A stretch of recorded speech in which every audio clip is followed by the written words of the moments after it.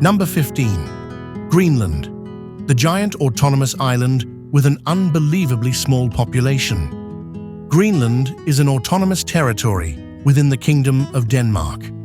This family has three parts: Denmark, the Faroe Islands, and Greenland. And by land area, Greenland is by far the largest member. It is also the world's largest island, if you exclude continents, covering roughly 2.16 million square kilometers, and nearly 80% of that is buried beneath an enormous ice sheet that has shaped the island's landscape for thousands of years. Only a smaller portion of Greenland is ice-free, but even that ice-free zone is still enormous, roughly comparable in size to a country like Sweden. On a map, it looks like a giant, but the human footprint is surprisingly tiny.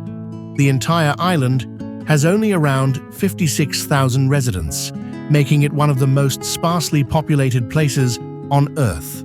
Most people live in small coastal towns because the interior is dominated by ice and harsh terrain that makes building and travel extremely difficult.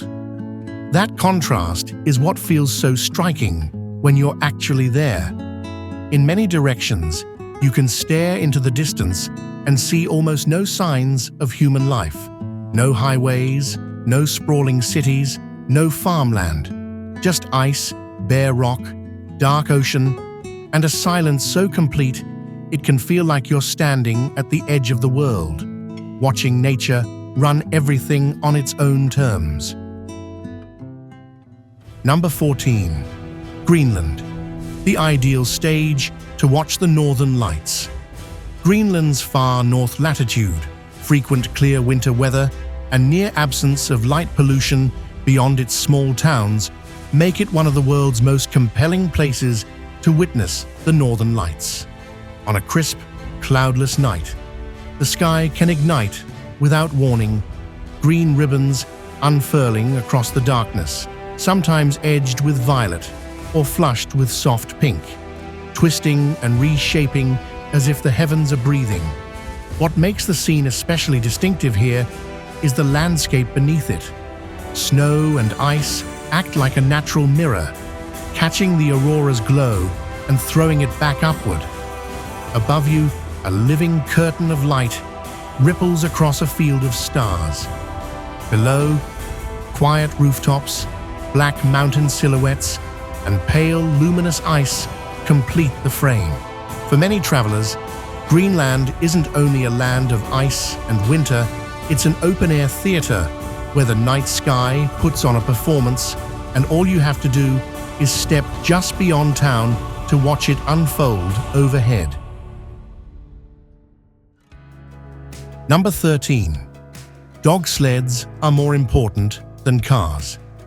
In Greenland, especially north of the Arctic Circle and on the east coast, dog sledding remains a very important means of transportation, particularly in winter. These areas are even called dog sled districts, with about 17,000 sled dogs, the highest density in the Arctic, and are where traditional dog sledding culture is most strongly maintained. In winter, when the snow is thick and the sea freezes over, roads almost disappear, and cars or buses lose much of their utility. In those conditions, dog sleds can still travel on the ice, sea ice, and trails that other vehicles cannot use. In remote towns like Nuuk or Itukkortoormiit, dog sleds are still one of the primary ways for fishermen and hunters to get around in winter, continuing a tradition that has existed for thousands of years. Greenland also has specific regulations to protect the native sled dog breed. Greenland dogs are only allowed to be kept north of the Arctic Circle and on the east coast. Other dog breeds are not allowed into this area, and if a sled dog leaves the dog sled district, it is not permitted to return.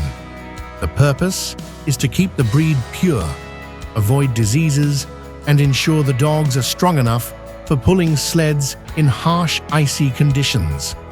With many families, the pack of dogs is not just a pet, but a working asset directly linked to hunting, fishing, and winter travel.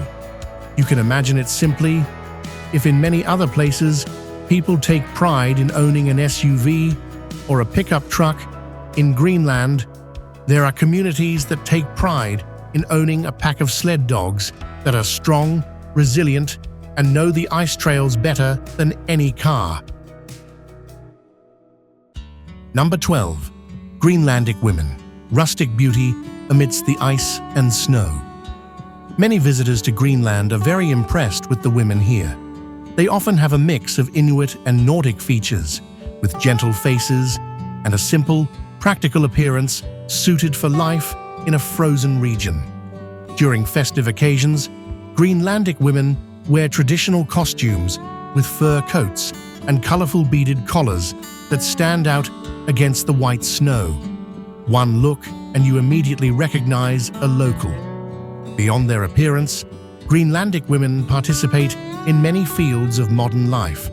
They go to university, hold jobs, work as tour guides, teachers, doctors, and in government agencies. Thus, the image of women here is tied to both traditional clothing and culture, as well as an active and independent lifestyle amidst a harsh, natural environment. Number 11. Traces of ancient people who came and then disappeared from Greenland. Over 1,000 years ago, Vikings from Norway and Iceland crossed the sea to Greenland and established settlements on the southwest coast. They built stone houses, farmed, raised livestock, and even constructed European-style churches from the Middle Ages. For centuries, this Norse community lived on the edge of a frozen continent, attempting to bring the European agricultural model to Greenland. But gradually, as the climate grew colder, farming became more difficult. Resources were depleted, and prolonged isolation caused the Viking villages to shrink and then disappear. Today, visitors can only see old foundations, stone walls, and the ruins of churches sitting solitary amidst grass and rocks, like the final ink strokes of a historical chapter that has closed on this ice island. Number 10. Bear Islands, the pristine realm of Arctic wildlife. The Bear Islands, located in East Greenland, are a cluster of small, pristine islands in the Arctic Ocean, surrounded by high rocky mountains, sheer cliffs, and icebergs that constantly drift with the ocean currents. This area is heavily influenced by cold Arctic winds, with weather that changes rapidly and harshly, making it almost impossible for humans to live long-term. However, it is precisely the mountain ranges and sea ice that create relatively calm waters between the islands, allowing expedition ships and zodiac boats to approach under suitable conditions. The Bear Islands are part of a typical Arctic ecosystem in Greenland, where wildlife takes center stage rather than humans. On the low tundra, one can encounter muskoxen, ancient animals that have existed since the Ice Age, famous for their thick coats and extraordinary ability to withstand the cold. They move slowly, live in small herds, and are perfectly adapted to an environment with scarce food, low temperatures, and strong winds year-round. Additionally, the coastal areas and small islands are home to Arctic seabirds, seals, Arctic hares, Arctic foxes, reindeer, and occasionally polar bears moving along the ice. Viewed from above, the Bear Islands clearly display the characteristic beauty of East Greenland. Rugged mountains with almost no trees, icebergs scattered across the deep blue sea, and almost absolute silence. This landscape does not offer a gentle beauty, but a raw, cold, and powerful beauty of the Arctic wilderness. It is that grand scale, the silence, and the almost absolute pristine nature that make the Bear Islands in particular, and East Greenland in general, one of the most wild and memorable lands on Earth. where humans are but temporary guests amidst the vastness of nature.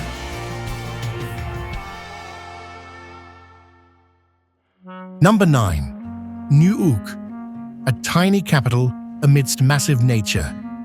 Greenland's largest city and capital, Nuuk, is unlike any capital you have ever known. The entire city has fewer than 20,000 residents, so there is almost no pollution, and rush hour only lasts for 15 minutes.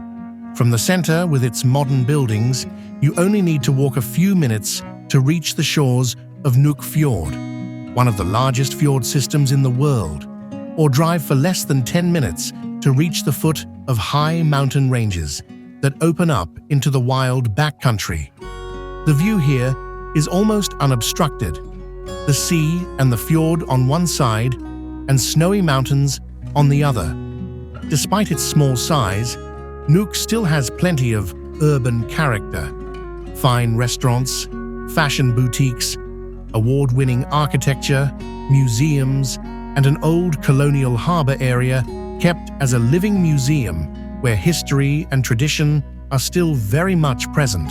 Located on the southwest coast, Nuuk is one of the few places in Greenland that can be reached by direct flights from abroad, such as Copenhagen or Reykjavik, and it serves as the main hub connecting to other towns via plane and ferry. As the cultural center of Greenland, Nuuk is vibrant year-round, with sporting events, festivals, and fjord exploration trips, turning a tiny city into the best gateway for you to start getting to know Greenland. Number 8. The Inuit, the primary residents of the ice island. Today, about 88% of Greenland's population is Inuit, mainly Kalaallit, or of mixed Inuit and Danish descent, while only about 12% are of European origin, mostly Danish. In other words, this is truly the land of the Inuit, not a European land as many people might think. An important note is that Greenlanders do not like being called Eskimos. The correct, more respectful term is Inuit or Kalaallit. The word Kalaallit in the Inuit language, Kalaallisut, means Greenlander. The Inuit in Greenland also feel very close to Inuit communities in other places like Canada and Alaska. They share many cultural traits, lifestyles based on the sea and ice, and even their languages have similarities, enough to recognize that they belong to the same cultural kinship across the Arctic belt. Number 7. Life tied to the sea, whaling and fishing. In Greenland, particularly for the Inuit, life has been tightly bound to the cold sea for thousands of years. Hunting and fishing are not just jobs. They were once a means of survival, providing food, blubber, skin, and bones for clothing, boats, tools, and to keep warm throughout the winter. It can be said that traditional Greenlandic culture is built on the foundation of hunting and fishing. Today, the fishing industry has developed to an industrial scale and has become the backbone of the economy. Most of Greenland's export value comes from seafood, such as shrimp, cod, Greenland halibut, sustaining most coastal communities. Alongside this, Greenland still maintains small-scale whale hunting for indigenous subsistence, managed by quotas approved by the government and the International Whaling Commission, to meet tradition while protecting whale populations. If you go to coastal towns, it is very easy to see images of fishing boats entering and leaving the harbor, fish being processed right on the docks, nets drying on rocks, and food from the sea making up the majority of daily meals.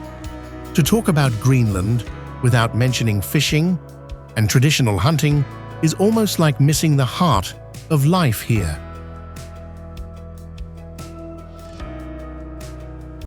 Number 6. A marathon in the frozen Arctic Circle. In Greenland, there is a running race that is truly crazy in every sense, the Polar Circle Marathon. usually taking place around September or October near the Kangerlussuaq area. This is one of the most grueling and all-terrain marathons because the course does not go through streets or flat roads, but starts right at the edge of the inland ice cap and constantly changes scenery, from jagged gravel roads to slippery, icy stretches, crossing frozen lakes, and the area known as the Arctic Desert.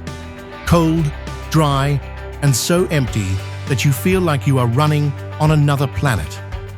Along the way, runners can sometimes spot reindeer or muskoxen in the distance. What makes this race difficult is not just the weather, but also the rhythm of the terrain. Constant ups and downs, sudden wind shifts, and temperatures that can change rapidly during the same leg.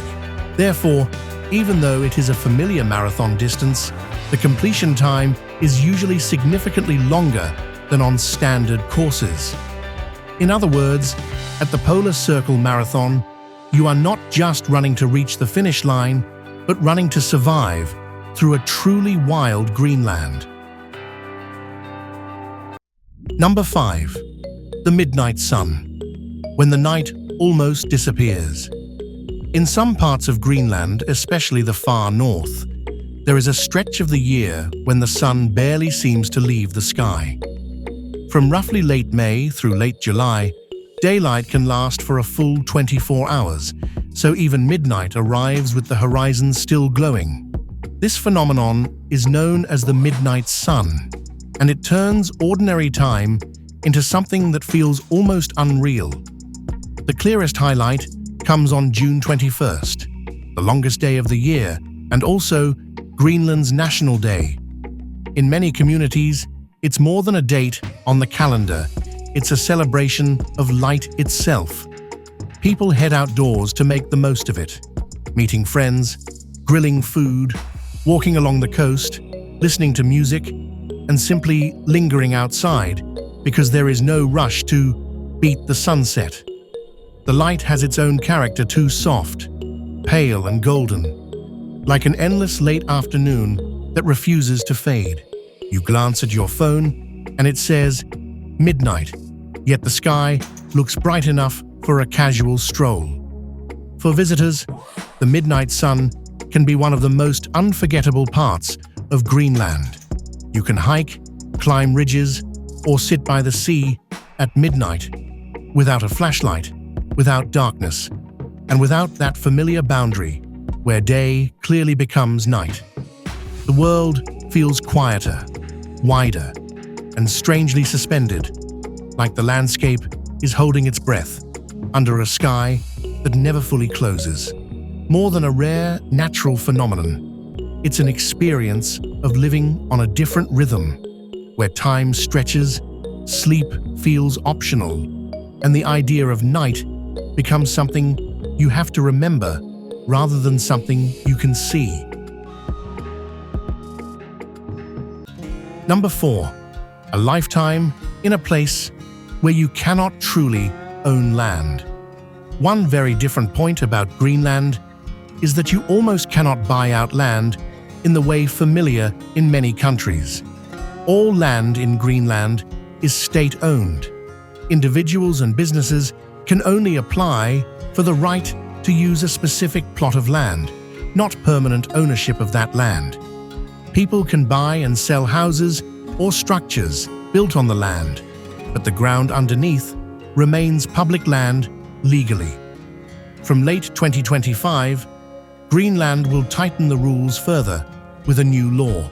Foreigners are only allowed to buy property or apply for land use rights if they have resided long-term and paid full taxes in Greenland for at least 2 years.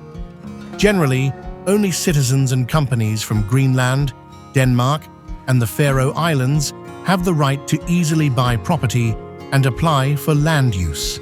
This means you can be born, grow up, work, and live your whole life in the same place in Greenland.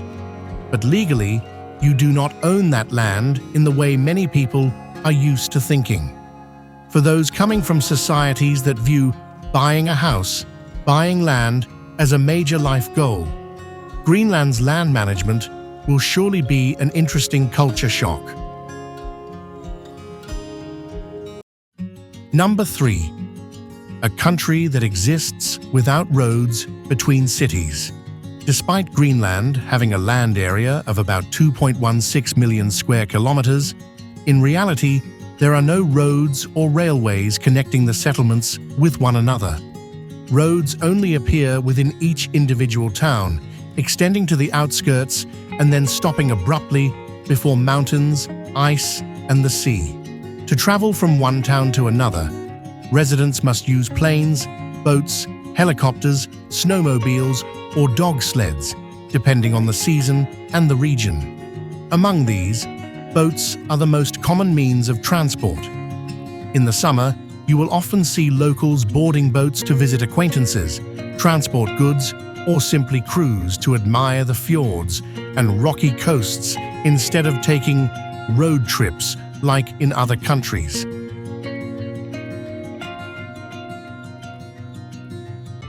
Number 2. A land with over 4,500 years of human history. According to historians, the first groups of people arrived in Greenland around 2500 BC. They disappeared, and then many other groups continued to migrate from North America. By the early 10th century, Norse people, Northmen from Iceland, came to settle in southern Greenland, which was uninhabited at the time. But these communities also disappeared by the late 15th century. Meanwhile, the Inuit migrated from Asia to Greenland around the 13th century, and it is their lineage that still exists today. Most native Greenlanders today are direct descendants of those Inuit and still maintain many customs and traditions that have existed for hundreds or even thousands of years. In other words, Greenland is not just a land of ice and snow.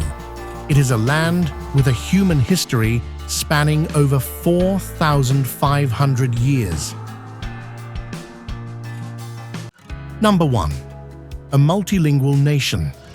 Most of the population of Greenland speaks both Greenlandic, primarily Kalaallisut, and Danish. These two languages have been used in public affairs since the establishment of Home Rule in 1979.